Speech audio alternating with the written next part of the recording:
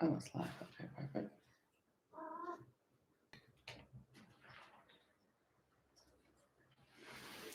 Oh, all righty. Happy Monday. Happy Monday. Good morning. Happy Monday. Okay, so good morning. Let me tell you all, I have been working hard. I've been working hard since I've been working hard for a few days. We are this. I feel like I really don't have anything to say, honestly. Eternal with the sun in Pisces. The Pisces energy just sort of washes me out. I have a Pisces thing. So I'm in the midst of processing some childhood energy that is, it's a very interesting kind of energy because like one of the things I'm aware of that when I was born, I have this memory of being born. I have a memory of being born, and I access this memory through meditation and a ritual. But I have a memory of being born and coming out into the light and being in an environment that was very sterile, like a hospital room. And then the nurses giving me to my mother and her being really afraid. My mother was 17 when she gave birth to me. And I could feel, because of the Pisces rising and the sensitivity, I could interpret her fear. I didn't have language for it, but I could interpret it as a shut, like a closed system. Her energy wasn't open. She was she was closed. And so I, as an adult, find myself processing that energy, and what shows up is trepidation, not trusting, like it's my own stuff, but it's really my mother's stuff. And so I'm sort of working with that now, and I feel very grateful to have understanding of it and to understand the solar system and that it's a deep thing. Yes, when we have mothers who are really young, they oftentimes are just terrified because they don't know what they're getting themselves into. And then the time that we spend in utero, um, becomes, we take that energy on. And with the sun in Pisces brings us back to everything. It's literally all the memories are in Pisces. The memories for everything you've been through in your life are in Pisces, and they're ephemeral. You can't, they're like, they're, it's, because time isn't real, and space is something that is eternal. We, the memories and the water, like Pisces is water, and Pisces is your family subconscious. So those things come up. So one of the things you can do this month is just pay attention to how you're feeling, and don't name anything. Just ask, like, what's the energy here for me? Like, what is this about for me? And then the moon today is in Scorpio. So we are still in the experience of what is called Black history, right? Everything is Black history. There is nothing on this planet, in this creative world, that doesn't come, especially if it comes to the American understanding, that isn't Black history. Because 250 years of free labor created conditions for people to rest, people who had resources to rest and make money, to be able to generate all sorts of things that then took resources all around the world because of 250 years of free labor. So it's really important for us to understand that. Yes, yes, absolutely, Spirit X. A man who elevates himself can also heal himself and find peace in pain. That is absolutely right. So, because we are in this experience this month, I just really want us to be in a conversation about Grand Rising. Oh, goodness, yes, that Pisces energy. Okay, So I really want us to stay in a conversation around how are we participating in this system in ways that is in detriment to ourselves, to our well-being, to our health, to our love, to our bodies. And the ways that we do that is by giving our power away, by sourcing our power outside of us. And one of the simple ways that you can begin to stop this behavior is just by talking to yourself. Like, so for instance, if you have something going on in your body that's a health issue, you can just ask your body, what's happening with you now? What is it that you need? Rather than us getting afraid, thinking something is wrong, acting like you can't communicate with your body, and then going to see a doctor that then will give you a diagnosis based upon their very limited information. Now, here's the thing: you might get the direction to go see a doctor, but the direction has to come from inside of you. You might get the direction to go see a healer, but the direction has to come from you listening to yourself, not from a place of scarcity or feeling like you don't know or you can't source the information yourself or anything like that. It's really important for you to create a connection to yourself that is based in trust so that you know when you're going to do things that are bringing in external people, you have been directed from inside of yourself to do that. That is how we begin to solve these issues of externalizing our power, right? So the same for doctors, teachers, um, ministers, governors, right? Like politicians, leaders, all of that, all of your connections to everyone external should be sourced from inside of you. Your relationships need to be aligned to a sense inside of you that feels connected to that external thing. And when you take the direction from inside, from your own intuition, from your own psychic power, from your own clairvoyance, from your own deeper understanding, then you know that what you're doing is actually accurate. I have had countless experiences of hearing an internal voice say to me, do this thing, do that thing. And then the external thing that I do lands exactly right because I have done an internal query, which creates trust inside of yourself, right? So, for instance, one of my favorite stories is the time that I was driving down La Brea going south. Many of you don't know La Brea, it's a street in Los Angeles. And I heard the voice inside of me say, turn here. And it was like in an instant. And I was like, oh, and I turned here. And then it said, go to this apartment. And it was an apartment complex that I was familiar with. Buzz this number, buzz apartment one. And when that person comes, give them $40. I did that. And when she came to the door, I gave her the money and she said, oh my goodness, I was just praying and asking, how was I going to pay my gas bill? Now, I had heard a voice inside of me. I wasn't in relationship with this person. I just did what I was told from the internal, trusting it, listening, being directed. And then when I did what I was told to do externally, there was a signal that had been sent out. It was an invisible internal signal that my higher self caught from this woman's higher self.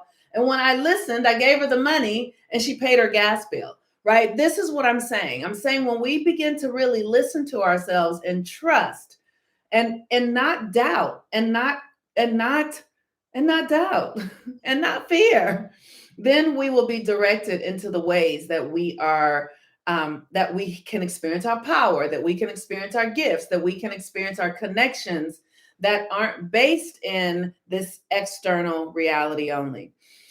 So the moon today is in Scorpio. And so now we have a Pisces sun and a Scorpio moon. And the Scorpio energy is wow, when I lived there, my still small voice spoke to me loudly on the brain. I did not listen. I was not, it was not a pretty night. Yes, we have to learn how to listen to ourselves. We have to learn how to listen. And we'll never be led astray when we learn to listen to ourselves. And when we don't listen, we pay the cost. We pay a great cost, always. Um, Okay, so the other thing, Scorpio. So Scorpio is the energy. Also, Scorpio is another energy that governs our lineage, how we share power with our families, right? This Pisces is how we share power with the subconscious. So there is a lot of power today, a lot of energy. Scorpio really requires that we heal our sexual energy. Many of us have a lot of traumatic patterns in our sexuality. Why? Because we come from experiences. For those of us who our ancestors were captives, like I said, we had 250 years of free labor, and what that meant was that many of us had family members who were born into this the system of captivity. And what happened in the system of captivity, there was so much sexual abuse. I mean, like what the people who owned, who kept held captives, what they did in the sexuality with the men and the women was the most profound torture and pain, like taking women's children from them, having people have sex just to produce children without the connection of their humanity and their love. And then those children were already born with a price on their head. Born to be brought into a system of of captivity. And so if you imagine this for 250 years of women giving birth and their children being taken away from them, like that you never get to bond with your children, the trauma that comes from this. So a lot of us hold shame and fear and guilt because of all sorts of unfinished and unhealed patterns. And we see those experiences show up in our families, and it looks like predatory sexual behavior. It looks like um, just all sorts of sexual trauma, abuse, all sorts of things that, right, it is a lot. It is absolutely a lot. But here's the thing, the universe is full of grace. The universe is full of grace. And so it requires that you do the work around it. And many of us, we have shame, sexual shame associated with our religion, right? Because we were born into religions that tell us that your sexuality is dirty, and if you behave this way, you're a whore or a slut. All of that stuff is just made up bullshit. None of it is real and true. Like being in integrity with your own sexuality is between you and your divinity. Your sexuality, your spirituality, and your creativity are one thing. They're one thing. So if you are at odds with your sexuality, then you are at odds with your creativity. If you are at odds with your sexuality and your creativity, then you are at odds with your spirituality. If you are at odds with your spirituality, then you are at odds with your creativity. If you are at odds with your creativity, then you are at odds with your sexuality. And it's important to know that our creativity is something that's happening all the time. Your thoughts are creative, your feelings are creative. Creativity is not just being an artist, or you are creating with everything that you're doing all the time.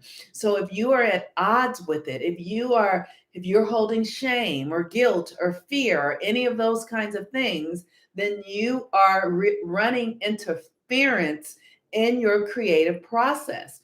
And so when you are in shame, doubt, or fear, then your creations become handicapped, because you cannot create if you are at odds or if you feel ashamed of your sexual desires. If you feel like your sexuality is somehow wrong or not in alignment with your ability, with what is true for you, right? If you are at odds with what you actually desire, there's this book called What Women Truly Want. And by Daniel Bergman.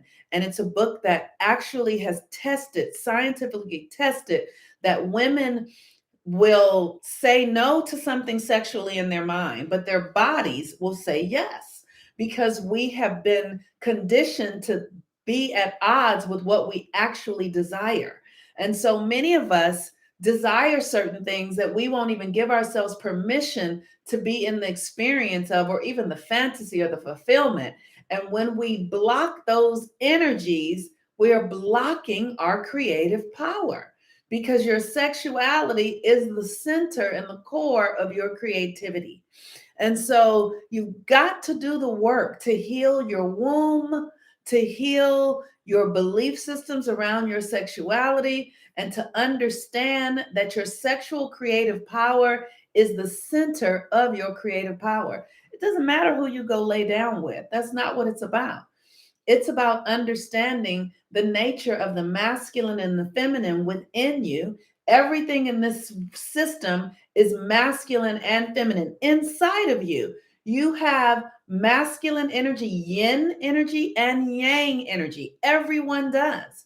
But for the feminine, if you are at odds with your yang energy, then when the feminine energy will run through you, and then if you're not open, you you handicap it as it becomes external, and then it's almost like having an abortion. It's like aborting your creative ideas, right? By turning off your yang energy. And so it's important for us to recognize that we are both feminine and masculine, and those two energies have to work in tandem with one another in order for our creations to come to the external world. And if they do not, if you are at odds with either your masculine or your feminine, like these conversations around gender, where these men who are very hyper masculine, and like, to be a little bit feminine is to be a sissy, or that's all bullshit. That's fucking bullshit. Those people, men who are hyper masculine, don't have access to their emotions, to their deeper feelings, because they are saying that to be a man only looks this way, and that is absolutely inaccurate. And so for women who don't have access to their masculine, we can't create, and for men who don't have access to their feminine, they cannot create. And so it's really important for us to see where we are in that for ourselves. So today is a moon day. Monday governs the moon, and the moon is in Scorpio. And so today is a beautiful day to be with your deepest feelings, because the sun is in Pisces. So all of this beautiful collective energy is really helping us move ourselves forward. I think I still probably have about 15 spaces left in the moon work. We start the new moon cycle the day after tomorrow. We're going to be working with the energy of the new moon in Pisces. And so we had a full moon in Pisces 6 months ago. So now we're coming back to the new moon in Pisces, which means that the subconscious energy is open up again. So we want to be looking at what we want to come out of our imaginations. This is how we have to understand how this energy works. The Pisces is your imaginations, it's your inner world, it's your fantasies, it's your dreams, right? The opposite of that, it's so in Pisces is whatever you're imagining. The opposite of Pisces is Virgo. That's the earth realm. So it's like, what are you imagining? And then what are the practical things you're going to do to bring that into full manifestation, right? So this month we're going to be working with the new moon in Pisces, full moon in Virgo, and every 6 months we are getting pregnant with a new idea, because the moon moves. The new moon, now it's in Pisces, next month it'll be in Aries, month after that it'll be in Taurus. So every month you are bringing forth a new aspect of your psyche. And then we have a full moon. Then the full moon is in Virgo this month. And so we're going to be manifesting what you have been working on since the new moon happened in Virgo in September. That is coming into manifestation now, right? So that's why we have to always be doing the work to mine our inner world, because it is coming to our external world. As above, so below. As above, this is above, so below, the out into the external reality. So this month, if you guys want to really do really get yourself in alignment to cultivate your imagination, your dream world, so that 6 months from now, when we have a Pisces full moon, you can be assured that you will be bringing into the reality that which you have cultivated at this time. And so I say you got to stay in creative mode. You have to stay conscious of your creations, because when something happens, you have to know, oh, I created this. This is here because this is what I have been cultivating. And you're not creating things that you don't want. You want to be creating things that you do want. So, like I said, I had about room for 15 more people. You can join in my link tree. It's you can go on my link tree. It's 13 moons, and you go and you click the link to 13 moons. And then when you get to follow the sun, you scroll through the other classes that I have and click the 13 moons class, and that will bring you in. It's $111 a month. What you get is the rituals. Every day I offer the rituals for every phase of the moon: a new moon ritual, a full moon ritual, and then a conversation. We have internal conversations around how the energies are impacting you to your own particular astrology. And this is how you learn how to work with the energies in your chart and in your life. And once you learn how to do this, you don't have to stay with me to do it, because then it becomes yours and you can learn how to do it to create, to always be in a constant state of creation. But it takes really training yourself out of an old way of thinking and into a new way of being. So with that, I'm so grateful to all of you. Thank you for being here. Share the video. Thank you for doing the work. We're in this process of healing. And for those of us who are really honoring the power of what we are coming out of through this Black History experience, tomorrow is the Pluto return. We're in the Pluto return energy right now. It actually started yesterday, but we are bringing our power back to ourselves. That's what we're doing. We're bringing the power back. And that power is the power that started in 1619, okay? 1619 in this country. It really started in 1495 when the Portuguese, and they came together and divided up the world, divided up Africa, and started resourcing our energy and power. So we're calling all of that ancestral power back to us.